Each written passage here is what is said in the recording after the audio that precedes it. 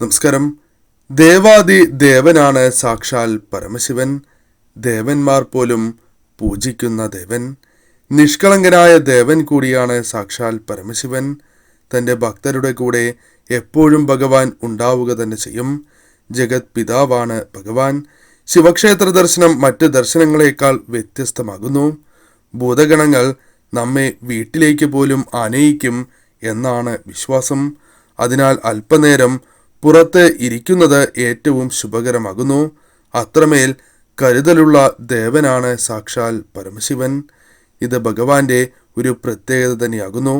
ശിവക്ഷേത്ര ദർശനവേളയിൽ ലഭിക്കുന്ന ചില ശുഭകരമായ സൂചനകളുണ്ട്. ഈ സൂചനകളെക്കുറിച്ച് മനസ്സിലാക്കുകയാണ് എങ്കിൽ അത് നിങ്ങളുടെ ജീവിതത്തിൽ പല കാര്യങ്ങളിലും വഴിത്തിരിവായി മാറും.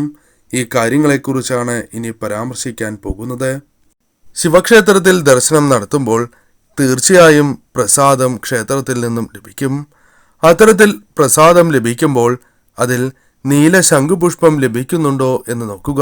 അഥവാ ലഭിച്ചിട്ടുണ്ട് എങ്കിൽ അത് ഏറ്റവും ശുഭകരമായ ഒരു കാര്യമാകുന്നു. ഭഗവാന്റെ കടാക്ഷം, അനുഗ്രഹം നിങ്ങളിലുണ്ട് എന്ന വ്യക്തമായ സൂചന.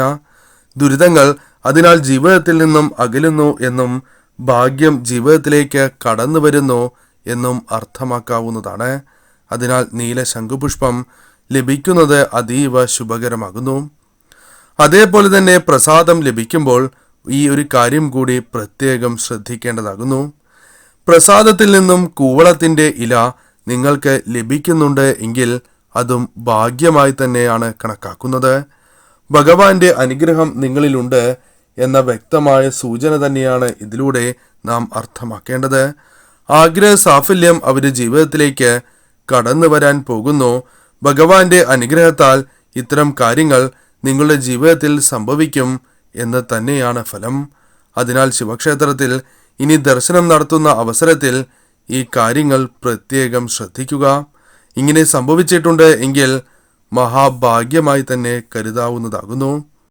ഇനി നാം ശ്രദ്ധിക്കേണ്ടത്, ദർശനം നടത്തുന്ന അവസരത്തിൽ ഭഗവാനിൽ ലയിച്ച് നാം പ്രാർത്ഥിക്കുന്ന അവസരത്തിൽ മുഖത്തേക്ക് തണുത്ത കാറ്റ് അല്ലെങ്കിൽ ഇളം കാറ്റ് വരുന്നുണ്ടോ അഥവാ അടിക്കുന്നുണ്ടോ എന്ന് നോക്കുക. അത്തരത്തിൽ ചെറിയ കാറ്റ് നിങ്ങളെ തഴുകുന്നതായി നിങ്ങൾക്ക് അനുഭവപ്പെടുന്നുണ്ട് എങ്കിൽ അത് ഏറ്റവും ശുഭകരമായ ലക്ഷണമാകാം. കാരണം ജീവിതത്തിൽ വന്നു ചേരുന്ന ഏറ്റവും ശുഭകരമായ ലക്ഷണം തന്നെയാണ് ഇത്. കൂടാതെ ഭസ്മത്തിൻ്റെ ഗന്ധവും ആ സമയം നിങ്ങൾക്ക് അനുഭവപ്പെടുന്നതാകുന്നു. കൂടാതെ ഈ അനുഭവം നിങ്ങൾക്ക് മാത്രമേ വന്നു ചേരൂ എന്നതാണ് വാസ്തവം. കൂടെയുള്ള വ്യക്തികൾക്ക് പോലും ഇത്തരത്തിൽ ഒരു അനുഭവം ഉണ്ടാകണം എന്നില്ല. ഭഗവാന്റെ കടാക്ഷം നിങ്ങളിലുണ്ട് എന്നതിൻ്റെ വ്യക്തമായ സൂചന തന്നെയാണ് ഇത്. അതേപോലെ അപരിചിതരായ വ്യക്തികളുമായി ബന്ധപ്പെട്ടും ചില ലക്ഷണങ്ങളെക്കുറിച്ച് പറയുവാൻ സാധിക്കും. അപരിചിതരായ വ്യക്തികൾ നിങ്ങളുടെ അടുത്തേക്ക് സഹായം അഭ്യർത്ഥിച്ച് വരുന്നുണ്ട് എങ്കിൽ അത് ഏറ്റവും ശുഭകരമായ ലക്ഷണമായി തന്നെ കണക്കാക്കാം. കാരണം നിരവധിയാർന്ന ആളുകൾ ഉണ്ടായിട്ട് പോലും നിങ്ങളോട് സഹായം അഭ്യർത്ഥിച്ച് വരുന്നുണ്ട് എങ്കിൽ അത് ശുഭകരമായ ലക്ഷണമാകുന്നു. ഭഗവാന്റെ കടാക്ഷം നിങ്ങളിലുണ്ട് എന്ന വ്യക്തമായ സൂചന തന്നെയാണ് ഇതിലൂടെ ലഭിക്കുന്നത് എന്നുകൂടി മനസ്സിലാക്കുക. എന്നാൽ പിന്നീട് നാം അവരെ നോക്കുകയാണ് എങ്കിൽ അവരെ കാണണം എന്നില്ല. അത്തരത്തിൽ അത്ഭുതകരമായ കാര്യങ്ങളാകാം സംഭവിക്കുക. മറ്റൊന്ന് എണ്ണയുമായി ബന്ധപ്പെട്ടാണ്. എണ്ണ വഴിപാട് അഥവാ മുൻവിളക്ക് വഴിപാട് അഥവാ വിളക്ക് വഴിപാട് ചെയ്യുന്ന അവസരത്തിൽ നാം എണ്ണ വിളക്കിൽ ചില ക്ഷേത്രങ്ങളിൽ ഒഴിക്കുന്നതാകുന്നു. ഈ സമയം ദീപം നീണ്ട നാളമായി തന്നെ കത്തി ജ്വലിക്കുന്നത് നമുക്ക് കാണുവാൻ സാധിക്കും. ഇത് നിങ്ങളെപ്പോലും അത്ഭുതപ്പെടുത്തുന്ന ഒരു കാര്യമാണ്. ഇത്തരത്തിൽ സംഭവിക്കുന്നുണ്ട് എങ്കിൽ ഭാഗ്യമാണ് എന്ന് ആദ്യമേ മനസ്സിലാക്കുക. ഭഗവാന്റെ അനുഗ്രഹം, കടാക്ഷം നിങ്ങളിലുണ്ട് എന്ന വ്യക്തമായ സൂചനയാണ് ഇതിലൂടെ ലഭിക്കുന്നത് എന്നുകൂടി മനസ്സിലാക്കുക. മന്ത്രങ്ങൾ, മറ്റ് ചിന്തകൾ ഒന്നും വരാതെ ഏകാഗ്രതയോടെ ഭഗവാനിൽ ലയിച്ച് ഭഗവാന്റെ നാമങ്ങൾ, മന്ത്രങ്ങൾ മനസ്സിൽ വരുന്നു എങ്കിൽ അത് ഏറ്റവും ശുഭകരമായ ലക്ഷണമാകുന്നു. എത്ര തന്നെ ശ്രമിച്ചാലും ഭഗവാന്റെ മന്ത്രങ്ങൾ, നാമങ്ങൾ ഉരുവിടാൻ തോന്നുന്നതും ഏറ്റവും ശുഭകരം തന്നെയാകുന്നു. മഹാഭാഗ്യമുള്ള വ്യക്തികൾക്ക് മാത്രം സംഭവിക്കുന്ന കാര്യം. ഭഗവാന്റെ കടാക്ഷം നിങ്ങളിൽ ഉണ്ട് എങ്കിൽ തീർച്ചയായും ഇത്തരത്തിലുള്ള അനുഭവങ്ങൾ നിങ്ങൾക്ക് വന്ന് ചേർന്നുകൊണ്ടേയിരിക്കും. ഇത്തരത്തിൽ സംഭവിക്കുന്നത് ഭഗവാനോട് നാം അടുക്കുന്നതിൻ്റെ സൂചനയായി തന്നെ കണക്കാക്കുവാൻ സാധിക്കും.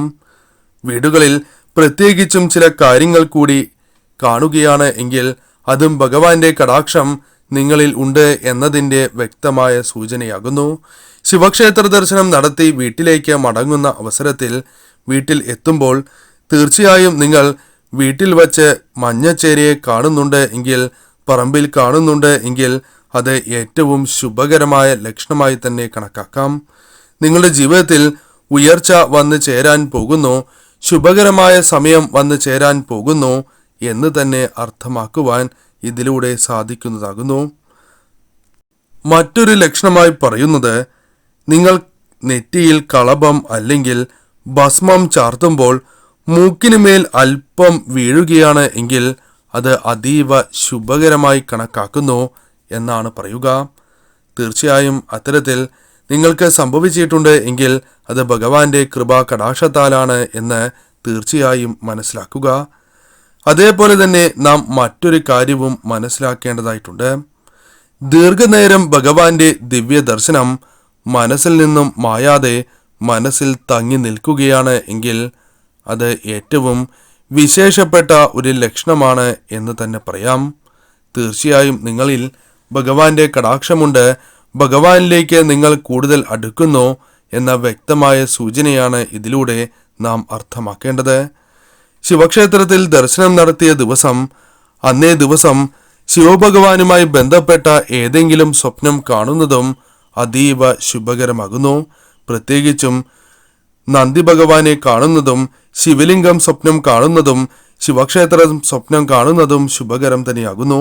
ഇത്തരത്തിലുള്ള കാര്യങ്ങൾ തീർച്ചയായും നിങ്ങളുടെ ജീവിതത്തിൽ ഉയർച്ച നൽകും എന്ന കാര്യം തീർച്ച തന്നെയാണ്. അതേപോലെ നമ്മുടെ പേര് മറ്റാരോ വിളിക്കുന്നതാകുന്നു, എന്നാൽ അത് നമ്മളെ തന്നെ ആകണം എന്നില്ല. അതും ശുഭകരം തന്നെയാണ് എന്ന് പറയാം. കൂടാതെ നമ്മെ അലട്ടുന്ന ഏതെങ്കിലും പ്രശ്ന പരിഹാരം മറ്റുള്ളവർ സംസാരിക്കുമ്പോൾ നാം അവിചാരിതമായി കേൾക്കുന്നതും ശുഭകരം തന്നെയാകുന്നു. ഇത്തരത്തിൽ സംഭവിക്കുന്നതും ഭഗവാന്റെ കൃപാകടാക്ഷം നിങ്ങളിൽ ഉള്ളതിനാലാണ് എന്ന കാര്യവും ഓർത്തിരിക്കേണ്ടതാകുന്നു. പ്രധാനമായും ഇത്തരത്തിലുള്ള ശുഭലക്ഷണങ്ങളെക്കുറിച്ചാണ് പറയുവാൻ സാധിക്കുക. ഇതിൽ ഒരെണ്ണമെങ്കിലും ലഭിച്ചാൽ അത് അതീവ ശുഭകരമാകുന്നു. ഇനി ഇത്തരം ലക്ഷണം ലഭിച്ചില്ല എങ്കിൽ തീർച്ചയായും നിങ്ങൾ ഒരിക്കലും വിഷമിക്കരുത് എന്ന കാര്യം ഓർക്കുക. ഭഗവാനിൽ അടിയുറച്ച് വിശ്വസിക്കുക. ഇന്നല്ലെങ്കിൽ നാളെ ഇത്തരത്തിലുള്ള ലക്ഷണം നിങ്ങൾക്കും പ്രകടമാകും എന്ന കാര്യം ഓർക്കുക.